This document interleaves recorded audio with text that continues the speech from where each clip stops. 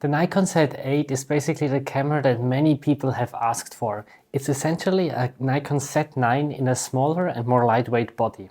It still has some of the amazing features of the Z9, such as a 45 megapixel stacked sensor, the same autofocus system, and it shoots 20 frames per second. So on paper it sounds perfect, especially with the lens lineup that Nikon offers as well for bird photographers. And I have been using it quite intensively now. I've shot over 20,000 pictures with it. And in this video I want to kind of share my impressions with the camera, what I liked, what I didn't like, and in the end also give you kind of some advice if you are for yourself still deciding if you want to upgrade on this camera or maybe go rather for a Z9.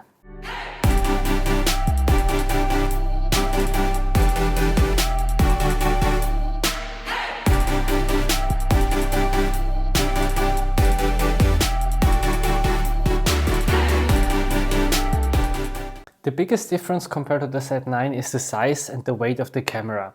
So it's significantly smaller than the Z9 and much lighter. It only weighs 910 grams, which is on the other hand still more than a Sony A1, A9 or a Canon R5.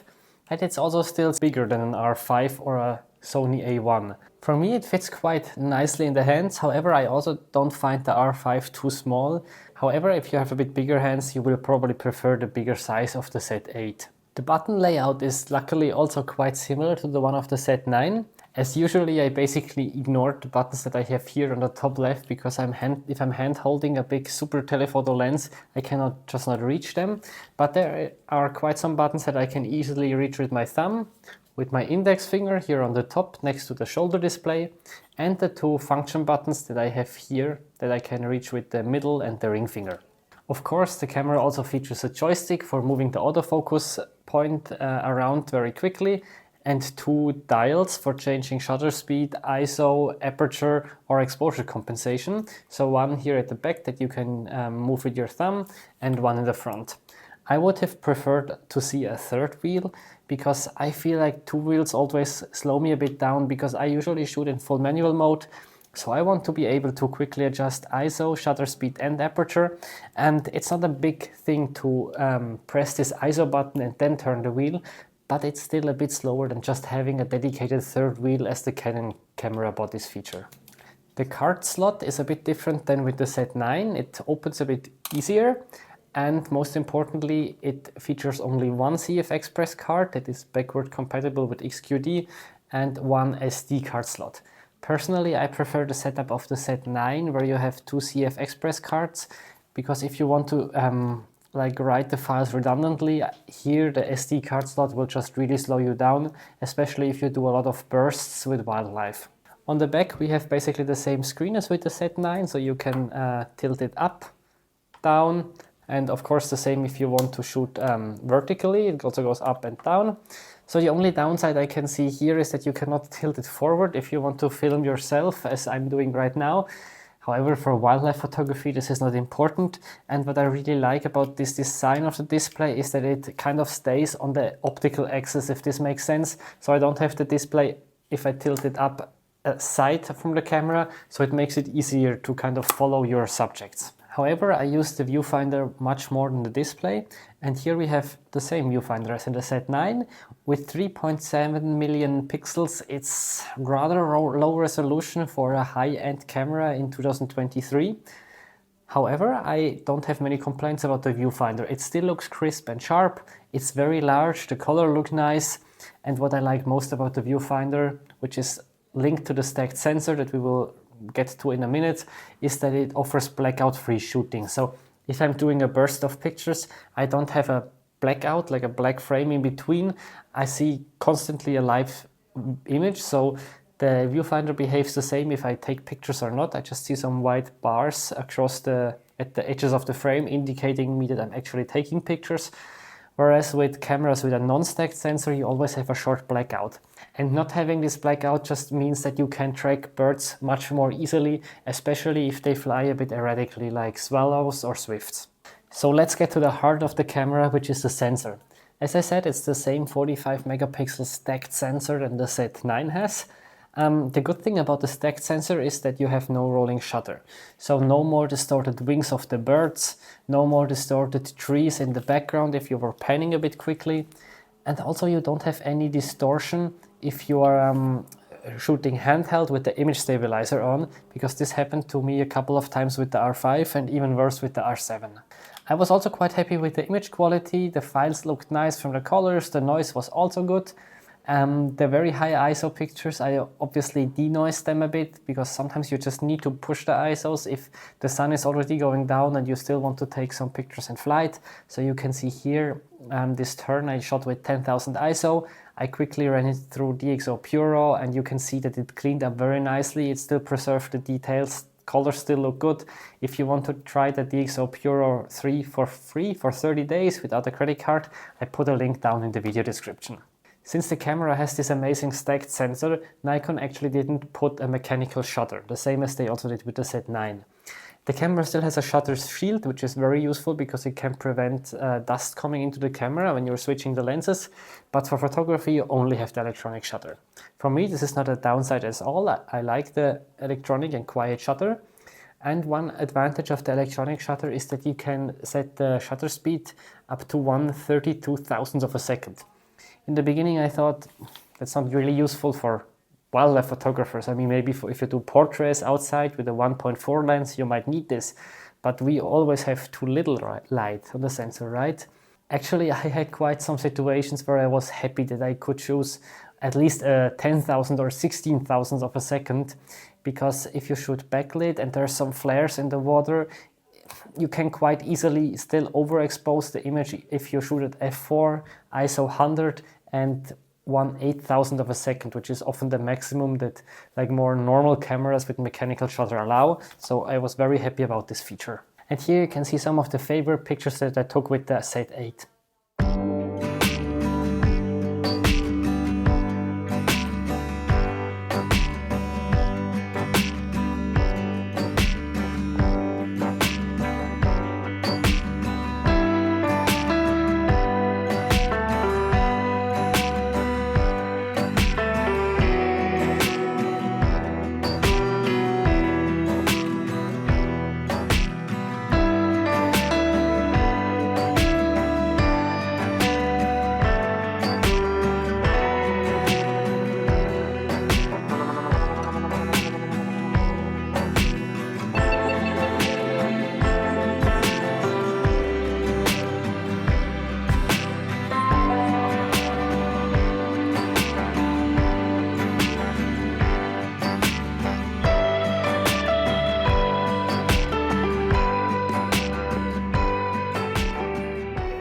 Let's get to a very big topic, the autofocus.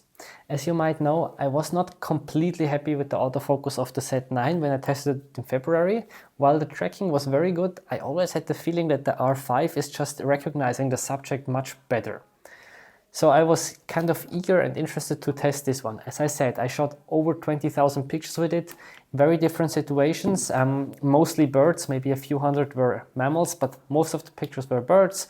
Both perched birds, birds that were wading through the water, flying birds, both with the sun in my back, with overcast weather and backlit. And I will skip all the technical details about the autofocus because it has the same options that you can choose with the 3D tracking with the different zones, like the small one, the big one, the two customizable ones, all the same as the Z9. I want to just give you a few or tell you about a few scenarios where I was out shooting in the field and tell you how the camera behaved and show you some of the footage.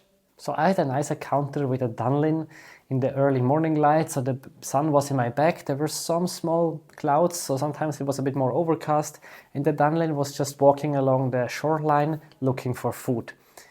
Here I was usually using either the custom zone or the large zone for acquiring focus on the Dunlin.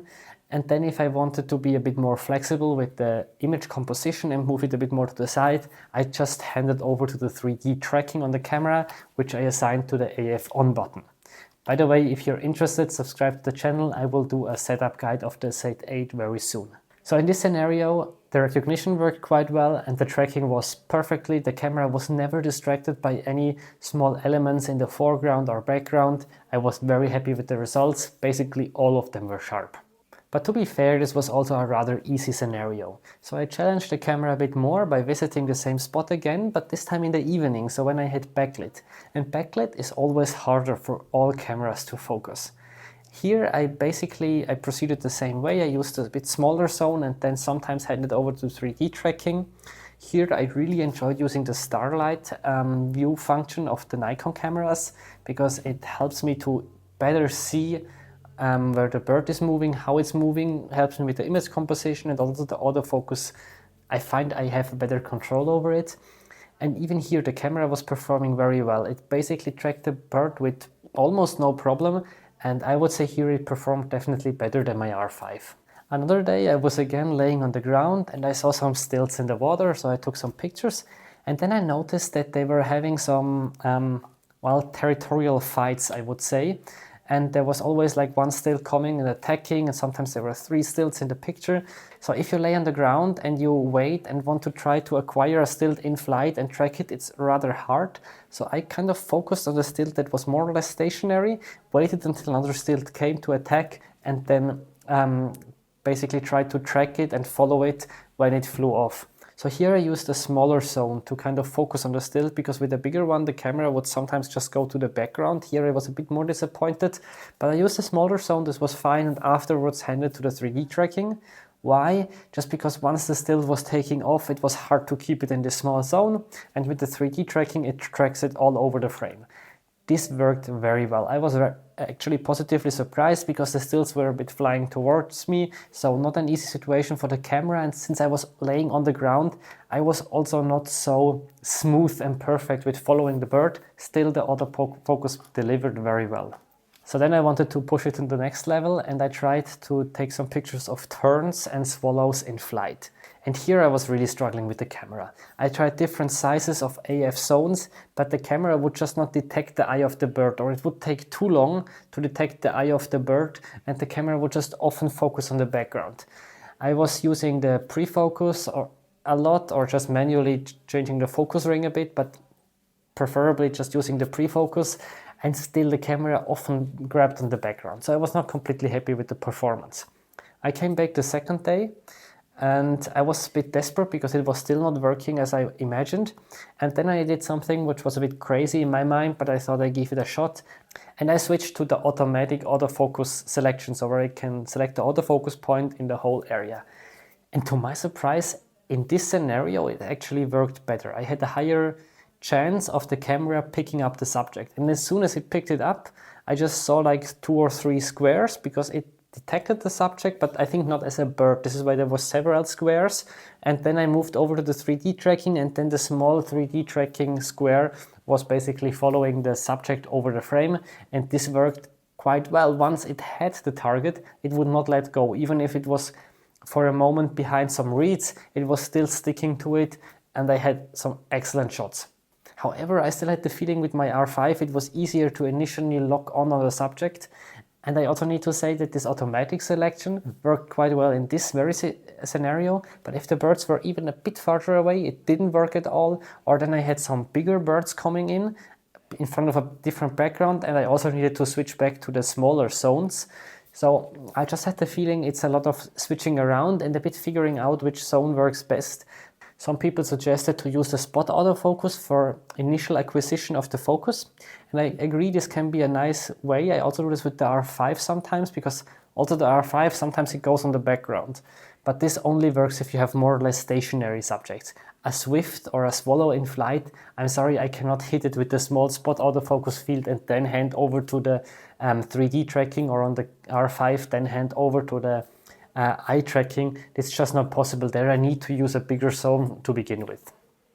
So overall I had the feeling the Z8 was performing better in autofocus than the Z9 when I tested it in February. And I was really impressed how well it stuck on the subject once it was locked on. It was really not distracted by anything that was going on in the surroundings. Also some flares in the background when I was shooting backlit. I had the feeling the R5 was struggling more there. But where the Z8 really struggled more was this initial lock on the subject. and this also caused me to miss a lot of shots. I hope that Nikon will continue to improve the firmware, because they showed a lot of effort here with the Z9, how they roll out more and more firmware updates. And there is also a firmware update that came to the Z9 a few weeks ago that has, to my knowledge, not reached the Z8 yet. So we will see how this will continue in the future. The Z8 can shoot up to 20 frames per second, which is a nice frame rate and more than enough for most of the situations for my taste. But for some pictures of smaller birds or two birds fighting, I would prefer if it could go up to 30 frames per second. I just think it's 2023. The camera costs 4,500 francs. We have like a Canon EOS R8 that costs like 1,800 and can do 40 frames per second. Granted, with a bit more rolling shutter, but also not too bad. So again, here I have maybe a small hope that Nikon could improve this a bit over firmware.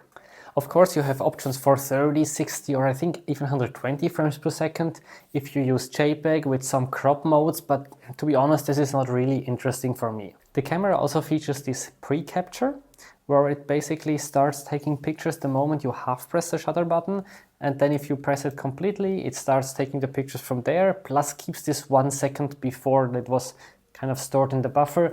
However, unlike with Canon cameras, this only works in JPEG mode, so I was not really interested in that and didn't really try it. Aside from the frames per second, it's also important how long the camera can last, how big the buffer is. And here it's important to know that there's 3 different quality modes in RAW. You have the lossless compressed RAW, you have a high efficiency star RAW, and high efficiency. So I always went with the high efficiency star. So in practice, I had never had any issues with the buffer. I did a quick test at home, and I was surprised that it only lasted a short 5 seconds, so less than 100 frames. But it's important to know that afterwards the camera just doesn't stop. It just slows a bit down and still continues to take pictures. And once you let go of the shutter, it writes the pictures to the card very quickly. So it doesn't take long until the buffer is completely empty again. One difference to the Z9 is that the battery is quite smaller than in the Z9, which makes sense with the body size, and you really feel this difference. I mean, with the Z9, I was sometimes not charging the battery for 2 days, managing to get like 8,000 shots on one battery. This was not the case here. If it was a nice, productive evening, I sometimes needed to use 2 batteries for one evening. Granted, I didn't shoot them down to 0. I think I exchanged them around 30% when I saw, oops, yeah, it's starting to get to an end, and there was a pause, nothing happening. I was switching the batteries. Just something you have to keep in mind, and I would recommend, if you buy a Z8, to buy at least 2 spare batteries. There was also evenings that were also quite nice, but I managed to go through with 1 battery, but then it was really quite down. I can't remember the exact numbers, but I think around 10 to 20%. So let's talk very briefly about video, because in my opinion, the Z8 and the Z9 are the 2 best hybrid cameras out there, or to put it in another way, maybe the photo cameras with the best video features. I was really happy.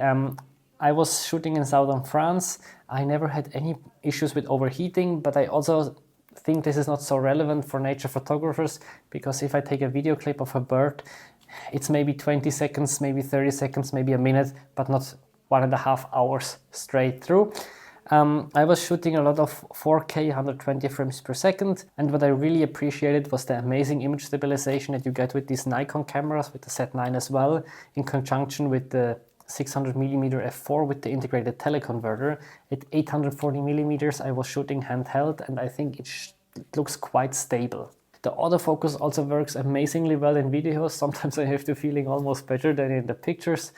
I like that you have like I think it's a 2.3x zoom, where it just crops down, and you still have 4K resolution, and I just put this to one of the FN function buttons. So with this and the switchable tele extender, I was very flexible in the framing that I had for my video. So what are my conclusions about the Z8? I think for wildlife photography, it's an almost perfect camera. It does so many things right. There is very little things that I think my R5 is doing better than the Z8. And I will do a different video really comparing the R5 with the Z8 more in detail, but this video here was supposed to be about the Z8 and not a comparison. I just wish Nikon would continue to work on the autofocus. It's already very good. I just think There are some things, specific things that can maybe still be improved a little bit.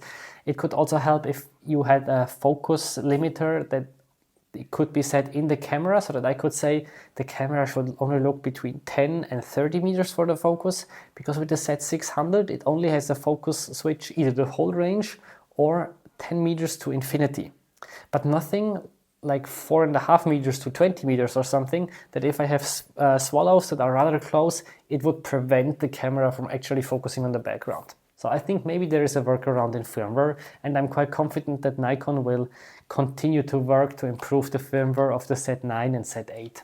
So who is this camera really for? I already mentioned, for wildlife photographers, I think it's amazing. I didn't do any landscape photography. I don't know if it's worth to upgrade from a Z7 Mark II or something. For wildlife photography, I think the faster frame rate, the stacked sensor, the autofocus really makes it worth to upgrade. And I think it's a really worthy successor of the D850. And since the button layout is quite similar to a Z9, I really think that it could be a perfect second body or backup camera to a Z9. But what if you're looking for a main body and you cannot decide between a Z8 and a Z9? I have some thoughts here. So for me, the main difference is the body. If you know that you will use the Z8 most of the time with a battery grip attached, then I would directly go for the Z9. You get the bigger battery, you get 2x CF Express cards, you get a GPS built in, you can film longer in 8K, and if you include the battery grip with an extra battery, the Z9 is also not much more expensive anymore. However, if you're like me and in general prefer a bit a smaller body, you are not buying a battery grip anyway, then I think the Z8 is the perfect camera for you. So a big thank you to Nikon for letting me use the Z8 and the 600mm f4 for this time that I could really test it intensively and make this review. If you like it, please give it a thumbs up, subscribe to the channel, and let me know what kind of future reviews you would like from Nikon products. I would really like to do a review of the Z180 to 600mm as soon as it's officially released. We will see if this goes. If you have any other wishes, please put them in the comments.